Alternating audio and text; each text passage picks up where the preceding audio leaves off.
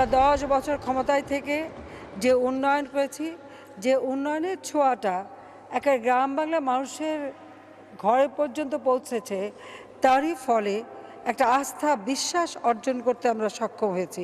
মাননীয় স্পিকার, সাধারণত ক্ষমতায় থাকলে পরে অনেকেই জনগণের আস্থা বিশ্বাস ধরে রাখতে পারে না এবং এর সুফল জনগণের দোরগোড়ায় পৌঁছাতে পারে না।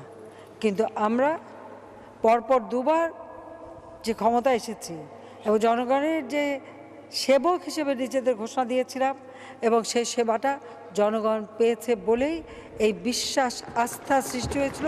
তাই তারা ব্যাপকভাবে আমাদেরকে ভোট দিয়েছে। এই যে আয় বৈষম্যটা, এই আয় বৈষম্যটার সৃষ্টি এই সামরিক শাসকদের কারণেই এটা হয়েছে।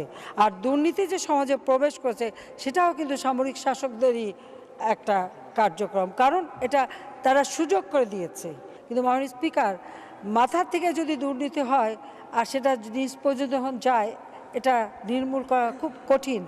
আমরা কিন্তু সে প্রচেষ্টা চালাচ্ছি। কই আমাদের বিরুদ্ধে দুর্নীতির অভিযোগ ওয়ার্ল্ড ব্যাংকও তো এনেছিল, প্রমাণ করতে পারে নাই।